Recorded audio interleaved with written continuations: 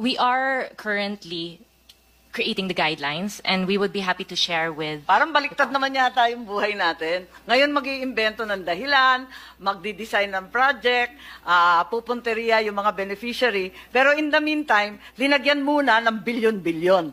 Yan na ba talaga ang patakaran ng DSWD?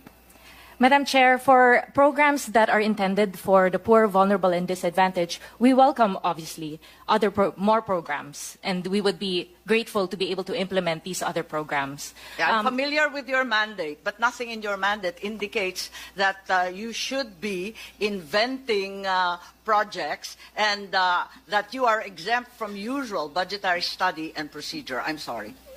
Madam Chair, kaya siguro nagkaganon dahil hindi talaga sa kanila yung programa na yan. Gagawa lang sila ngayon.